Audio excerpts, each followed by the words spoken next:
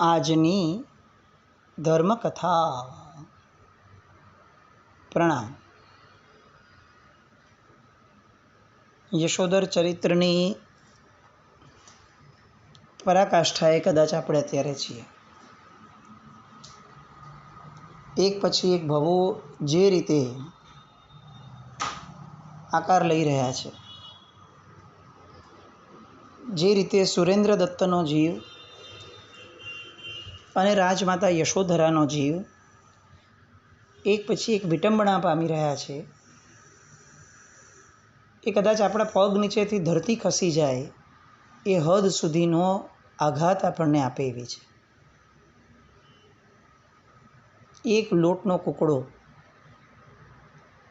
એને પ્રેરણા કરનાર, એ લોટના કૂકડાને મારવાની પ્રેરણા કરનાર માતા અને એ લોટના કૂકડાને ભાવથી મારનાર એવો પુત્ર, આ બંનેઓને જે અનુબંધો પડ્યા એ અનુબંધો અત્યારે બંનેઓ માટે અતિ ભયંકર સાબિત થઈ રહ્યા છે. બહુ સામાન્ય તથ્ય વિશ્લેષણ કરીએ ને તો સુરેન્દ્ર દત્તના ભવની અંદરમાં એની સાથે સૌથી વધારે ખોટું કોણે કર્યું એ પ્રશ્ન થાય. નૈનાવલીએ કર્યું કે એનો વિશ્વાસઘાત કર્યો, એની સાથે દ્રોહ કર્યો, કે પછી રાજમાતાએ કર્યું કે જે એના હિત માટે જ પણ અંતે એની પાસે કરાવ્યો શું હિંસાચાર. સામાન્ય માણસને પૂછીએ અને દેખીતી રીતે વિચારવા કરવા જઈએ તો એમ લાગે કે નૈનાવલીએ ભયંકર કામ કર્યું. આ નૈનાવલીએ જે કર્યું એ માફ કરી ન શકાય એવું હતું. અલબત્ત વાત સાચી જ છે 100%. પણ જ્યારે જ્ઞાની પુરુષો દ્વારા આ ભવ પરંપરા સાંભળવા મળે ત્યારે આપણને એક વિચાર ચોક્કસપણે આવે કે નૈનાવલીએ જે કર્યું એના ફળ જેટલા ભોગવવા પડ્યા એના કરતાં કંઈક ગણા ભયંકર ફળ આ રાજમાતાએ જે કર્યું એના ભોગવવા પડે છે. હવે બેઝમાં જોવા જઈએ તો નૈનાવલી એ જે કર્યું એની પાછળ તો સુરેન્દ્ર દત્ત માટેનો આંશિક અને છુપાયેલો એક દ્વેષ હતો કે એને એ નહોતા ગમતા, અણગમતા હતા અને પેલો કુબડો ગમતો હતો. એનું ભાગ્ય એવું, ભલે નૈનાવલીની મતિ એવી, પણ અંતે મૂળમાં સુરેન્દ્ર દત્ત માટેનો અણગમો હતો અને એટલે એણે આ વિશ્વાસઘાત કર્યો. જ્યારે રાજમાતાના કેસની અંદરમાં જોવા જઈએ તો રાજમાતાને તો વાત્સલ્ય હતું, રાગ હતો અને એટલે એણે આ કુકર્મ એની પાસે કરાવડાવ્યું. એની પાછળ આશય બી એનું સારું કરવાનું હતો, ખરાબ નહોતો. પણ પરિણામ રાગ કરતાં દ્વેષને ભયંકર માનવાની આપણી જે ભૂલ છે ને એ ભૂલને 100% આપણે બદલાવવા જેવી છે. ક્યાંક કોકની પ્રત્યે આપણને ગુસ્સો થઈ જાય ને તો એનો ખટકો આપણને જેટલો રહે છે એના 100માં ભાગનો પણ ખટકો આપણને ક્યારેય એ નથી રહ્યો કે મને મારા દીકરા પ્રત્યે વાલ છે, મને મારા સ્વજનો પ્રત્યે રાગ છે. આજ સુધી ક્યારેય આપણે પ્રાયશ્ચિતમાં આવો વિચાર નથી કર્યો કે મારા આત્માએ કેટલા રાગ કર્યા, હે ભગવાન હું એનો મિચ્છામી દુક્કડમ માગું છું. અને આ સુરેન્દ્ર દત્તની પરંપરા જોઈએ તો ધ્યાનમાં આવે એવું નથી કે નૈનાવલીના કારણે જે થયું એનું પાપ કોઈએ ભોગવવું નહીં પડે અને એ ભયંકર નહીં હોય, ના એવું નથી. પણ આ પરિપ્રેક્ષમાં અત્યારે જોઈએ કે નૈનાવલીવાળું પાપ તો જ્યારે ઉદયમાં આવશે નૈનાવલીને ત્યારે નૈનાવલી ભોગવશે. પણ સુરેન્દ્ર દત્તના જીવને તો એણે ફક્ત એક દાક્ષિણ્ય ગુણના કારણે જે પોતાની માતાને હા પાડી અને એની માતાએ એક નબળી માન્યતાના આધારે એની પાસે જે હિંસા કરાવડાવી, કરણ અને કરાવણ, એ બંનેઓ અત્યારે જે પરાકાષ્ઠાએ આગળ વધી રહ્યા છે એ અનબિલિવેબલ છે. સતત બંનેઓના ભવો સાથે થાય અથવા જ્યાં થાય ત્યાંથી બંનેઓ ભેગા થાય, બંનેઓ એકબીજાને યા તો મારનારા બને યા તો મારવાનું નિમિત્તવાળા બને, બંનેઓ હેરાન થાય. મૂળ કારણ એક નબળી માન્યતાના આધારે એમની માતાએ કરેલું કૃત્ય અને એ નબળી માન્યતાને ભલે દાક્ષિણ્ય ગુણના આધારે પણ તેમ છતાં એ નબળી માન્યતાને સમર્થન આપવાનું સુરેન્દ્ર દત્ત રાજાનું આ કર્મ.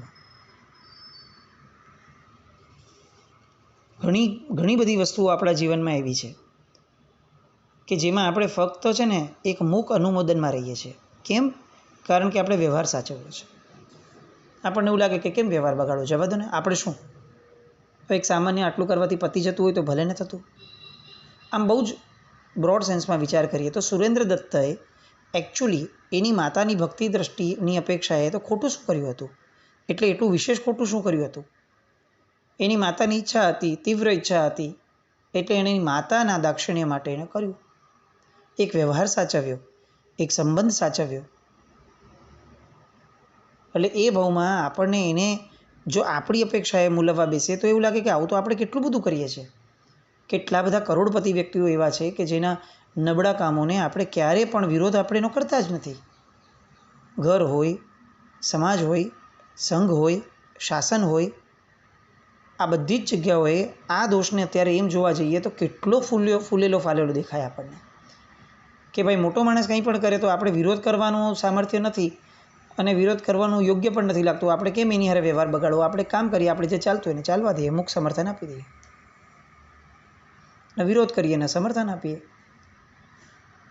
સુરેન્દ્ર દત્તનો આ પરિપાક જે છે ને એ આપણને ઘણું સમજાવીને શીખવી જાય છે. નબળા મતને સમર્થન આપવું, દાક્ષિણ્ય ગુણ માટે પણ સમર્થન આપવું, એ પણ ન ચાલે. અતિચારની અંદરમાં, અનર્થદંડના પાપની અંદરમાં દાક્ષિણ્યતાથી પણ જો કોઈને શસ્ત્ર વગેરે અપાય એને પણ અતિચાર ગણ્યો શ્રાવક માટે.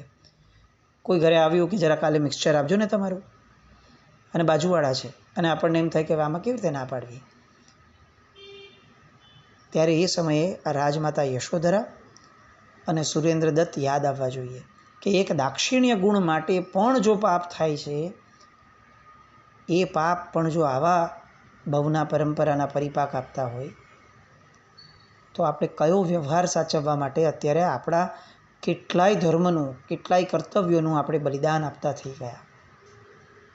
મેળવ્યું શું અને જ્યારે ભોગવશું ત્યારે કેવું ભોગવશું. હજી એક વાત, કેટલા બધા વ્યક્તિઓ આજે એવું બોલતા, માનતા, શીખતા અને વ્યક્ત કરતા થઈ ગયા કે ભાઈ આપણું મન ચોખ્ખું હોય ને તો કોઈ ચિંતા નથી. આ બધા બહારના દેખાડા અને ક્રિયાઓની બહુ કિંમત નથી. મન ચોખ્ખું રાખવું જોઈએ, બસ મુખ્ય એ જ વાત છે. ભગવાને આ જ સૌથી મોટું કીધું છે. કેટલા બધા મત આવા બોલવાવાળા આપણને મળશે. કેટલા બધા વ્યક્તિઓ મળશે કે ક્રિયાઓ તો ઠીક છે, ક્રિયા ભલે નબળી થાય, એકવાર એની ચિંતા નથી, મૂળમાં તમારા મનમાં શું છે બોલો, એના પરથી તમારો ભવાંતર નક્કી થશે. આ બધા જ લોકોને બહુ જ સમષ્ટિગત રીતે પૂછવા જેવો આ પ્રશ્ન છે કે સુરેન્દ્ર દત્તના જીવનો મનમાં શું હતો? જ્યારે એણે લોટનો કુકડો માર્યો ત્યારે એના મનમાં શું હતું? સંયમ પ્રત્યેના અનુરાગની પરાકાષ્ઠા નહોતી? કંટાળો ખાઈને નહોતું એને આ કામ કર્યું કે ભાઈ જેમ તેમ કરીને પણ ચાલો ને, દીક્ષા વહેલી થતી હોય તો હાલો ને, કરી નાખો ને? મૂળ આશય મનમાં દીક્ષા પ્રત્યેનો લગાવ નહોતો? કુકડા પ્રત્યેની ભાવદયા તો હતી જ નહીં? જ્યારે કુકડાને માર્યો ત્યારે રડતી આંખે નહોતો માર્યો લોટના કુકડાને? ફક્ત પ્રવૃત્તિ જ નબળી નહોતી, વૃત્તિ તો સારી જ હતી. તો જો એક પ્રવૃત્તિ નબળીએ એને આ પરિપાકના ઉદય આપ્યા, તો હવે આપણે કયા બેઝ ઉપર આવું લોકોની વચ્ચે બોલીએ છીએ કે મન ચોખ્ખું હોય તો કશો વાંધો જ નથી? ભાઈ એનું મન ચોખ્ખું હતું, બોલો આટલો વાંધો આવ્યો, હવે શું કહેશો તમે? જે લોકો નિતાંત નિશ્ચયની વાતો કરે છે એ લોકો માટે આ સળગતો પ્રશ્ન છે. નિતાંત નિશ્ચયની વાત જૈન શાસન ક્યારેય માન્ય ન કરી શકે. તમે પ્રવૃત્તિઓને, વ્યવહારને જો જરા પણ એમ વજન જ નહીં આપો, વેટેજ જ નહીં આપો, તો તમે સિદ્ધાંત સાથે બાંધછોડ કરી અથવા છેડછાડ કરી એવું ગણાશે.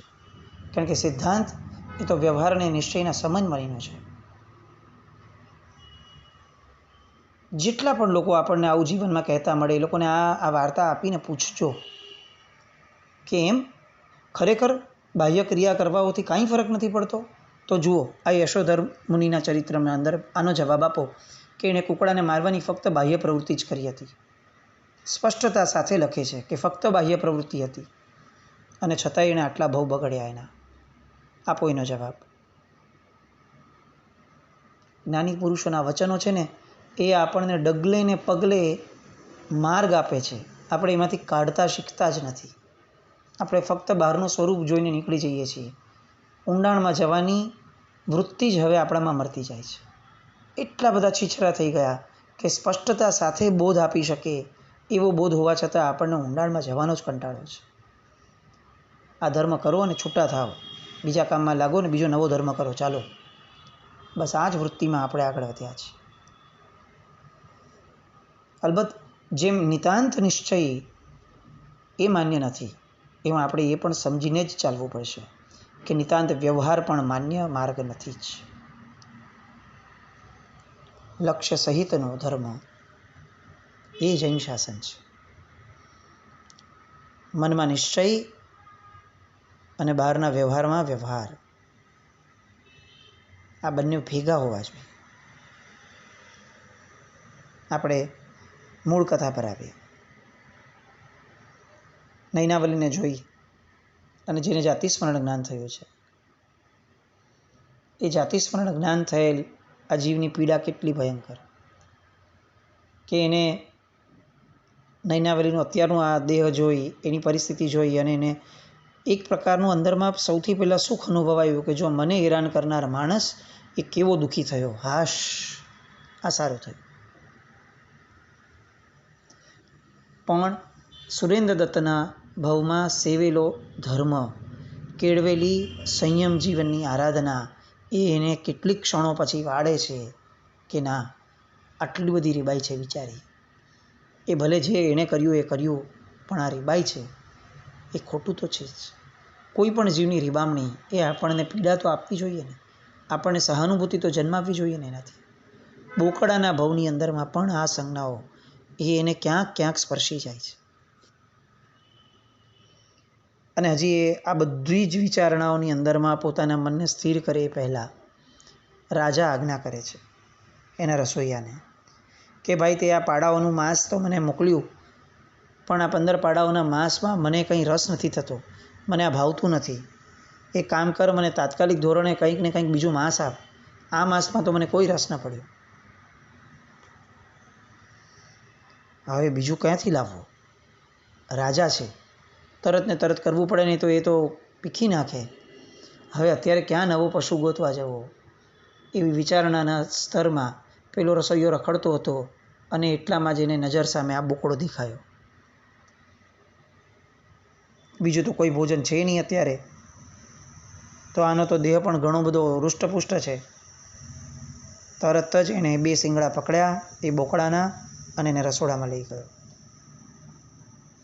રાજાની ભૂખ થોડીક જ છે, બહુ નથી. એટલે રસોઈયાને એમ થયું કે આને આખો ને આખો ક્યાં મારું? એટલે એણે તીક્ષ્ણ છરાથી એ બોકડાનો સાથળ કાપી નાખ્યો. એ સાથળ કાપી અને એમાં મસાલો ભર્યો. મસાલો ભરીને એને રાંધી અને તરત રાજાને પીરસ્યો. એ માંસ જે રાજાને આપ્યું, આ બકરો જુએ છે, બોકડો બધું જ એની નજર સામે જીવતા જીવત થાય છે. અને એ બોકડો જુએ છે કે જેવું રાજાને આપ્યું એવું તરત રાજા કહે છે કે આ બધું મારું નહીં, કેટલુંક માંસ એ મારા પિતાના ભાગનું, એમનું શ્રાદ્ધ છે. અને કેટલુંક માંસ એ પિતાના ભાગનું એણે બ્રાહ્મણોને આપ્યું, કેટલુંક નૈનાવલીને પણ આપ્યું, મોકલાવ્યું, અને કેટલુંક પોતે ખાધું અને એને બહુ ભાવ્યું. પેલો બોકડો મનમાં વિચારે છે કે ભાઈ, જેના નિમિત્તે તે આ માંસ ખાધું છે, માંસ રાંધ્યું છે, આ દાન આપ્યું છે, તું એ જ વ્યક્તિનું માંસ ખાય છે. તને શું કહું? અંદરમાં કેવી વેદના! પિતાના શ્રાદ્ધ માટે કરેલું માંસ એ પિતાના જ માંસથી. આ કેવી ઉજવણી છે તારી! આ કેવી તારા પિતા પ્રત્યેની સહાનુભૂતિ અને શ્રાદ્ધની ભાવના છે! પણ અભિવ્યક્તિ ક્યાં છે? લાચારી છે, બોકડો છે. ચીસા ચીસ કરે તો પણ શું થવાનું? કોણ એની ભાષા સાંભળવાનું? કોણ એને કહેવાનું? રાજાએ આજ્ઞા કરી કે આ બોકડાને લઈ જાને, તારી પાસે રાખજે. આ અવસરે કામ લાગશે, કારણ કે એનું માંસ બહુ સ્વાદિષ્ટ છે. અને એનો પશુપાલક એને એના વાડામાં લઈ ગયો અને એક ખૂણામાં એને પટકી દીધો. કર્મની કઠિનાઈઓ અરેરાટીઓ ઉપજાવી દે ને એવી છે. હવે આ બાજુ રાજમાતાનો જીવ કે જે પેલા બકરીના રૂપે હતો અને રાજા એનો શિકાર કરી લીધેલો, એ જીવ મરી અને કલિંગ દેશની અંદરમાં પાડા તરીકે જન્મ્યો. પાડો જન્મ્યો, થોડાક વર્ષ થયા, મોટો થયો. હવે એના માલિકે એ કલિંગ દેશમાં હતો છેક, અને આ હતી વિશાલા નગરી. પણ કર્મ છે, ખેંચીને લાવવાનું જ છે, એટલે ત્યાંથી એને પાડા ઉપર કેટલોક ભાર મૂક્યો અને વિશાલા નગરી સુધી એના ભાર વહન કરવા માટે એને સાથે લઈ ગયો. એ જ રાજ્યમાં આવ્યો કે જે રાજ્યની અંદરમાં એના બધા જ પૂર્વના સ્વજનો ભેગા થયા છે.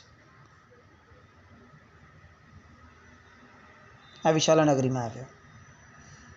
એનું કામ તો પતી ગયું, એટલે એણે પોતાનો પાડો છે, આટલા દિવસની હાડમારી છે, એટલે સરોવર કાંઠે આવ્યો હશે, એટલે એણે તરત સ્નાન કરવા માટે પાડાને છૂટો મૂક્યો. કઈ રીતે એક પછી એક સંયોગો જીવને ભેગા કરે છે ને એ જોવાનું છે. આ મેચ ફિક્સિંગ છે. આપણને લાગે કે અત્યારે આ ઘટના થઈ, એમ નહીં. આ ઘટના એટલા માટે થઈ છે કારણ કે આની પછીની ઘટના એ ત્યાં સુધી આ ઘટનાને લઈ જવી છે.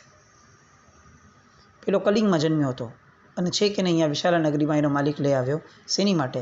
તો કે ભાર વહન કરીને લેવા માટે. હવે આ પાડાને છેક રાજા સુધી અને સુરેન્દ્રદત્તના જીવ સુધી લઈ આવવાનો છે. કઈ રીતે લઈ આવો? એટલે કર્મસત્તા, કુદરત એ આખો ને આખી એક ઘટનાક્રમ નવો ઊભો કરે છે. પેલો પાડો જ્યારે સરોવરમાં નાહવા પડે છે, તળાવમાં, ત્યારે એ સમયે એક બીજો શ્રેષ્ઠી જે હતો, જે ત્યાં આવ્યો હતો, એણે એના ઘોડાને ત્યાં નાહવા માટે મોકલેલો. પેલો શ્રેષ્ઠી ઊભો છે અને ઘોડાનું બચ્ચું છે, નાનકડું બચ્ચું છે, એટલે નાહવા માટે એ અંદર પાણીમાં પડતો હતો. આ પાડાએ જોયું કે આ પણ પાણીમાં પડે છે, હું પણ પાણીમાં પડું છું. પાડા તરીકેનો જે જાતિગત સ્વભાવ છે, હવે એ સ્વભાવે અહીંયા કામ કર્યું. પાડાનો જાતિગત સ્વભાવ શું? તો કે આળસુની જેમ પડ્યા રહેવું. અને અહીંયા એ પડ્યા રહેવાની ભાવનામાં એને પેલો ઘોડો એ વિક્ષેપ પાડતો હતો કે ભાઈ જગ્યા નથી મળતી, આ અહીંયા આવીને બેસી જાય, જગ્યા ક્યાં છે? અને એટલે પાડાના આળસના પ્રેમના કારણે હવે એનામાં દ્વેષ જન્મ્યો. આળસ પ્રત્યેનો જાતિગત રાગ એ હવે એને ઘોડા પ્રત્યે દ્વેષ જન્માવે છે. અને ઘોડાના બચ્ચાને એ મારવાનું શરૂ કરે છે.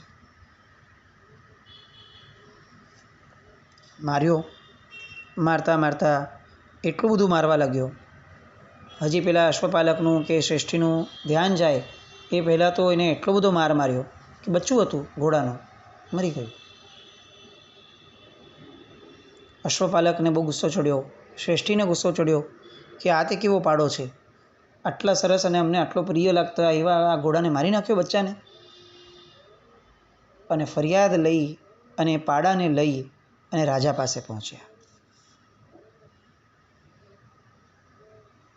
સૈનિકોને બધા ભેગા થયા અને આખી ઘટના એ લોકોએ કીધી રાજાને કે જુઓ આ કેટલો ક્રૂર છે, કેટલો ઘાતકી છે આ પાડો, કે મારા પ્રાણ પ્યારાને નિર્દોષ એવા આ ઘોડાના બચ્ચાને એણે મારી નાખ્યો. બોલો, આવું ચાલે?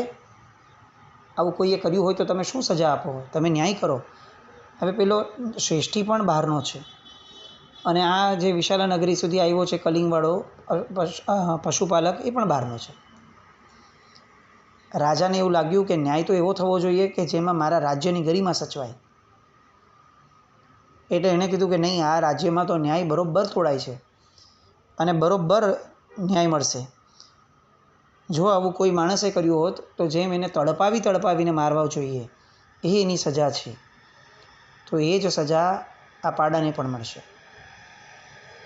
અને એણે તરત જ સૈનિકોને આજ્ઞા કરી, રસોઈયાને બોલાવ્યો અને કીધું કે રાજમહેલની પાછળના ભાગની અંદરમાં આ દુષ્ટને તમે બાંધો, એને પકડો અને જીવતો રાખી અને એનું માંસ પકાવો, તો જ એને ભાન પડશે કે એણે કેટલું મોટું કુકર્મ કર્યું છે.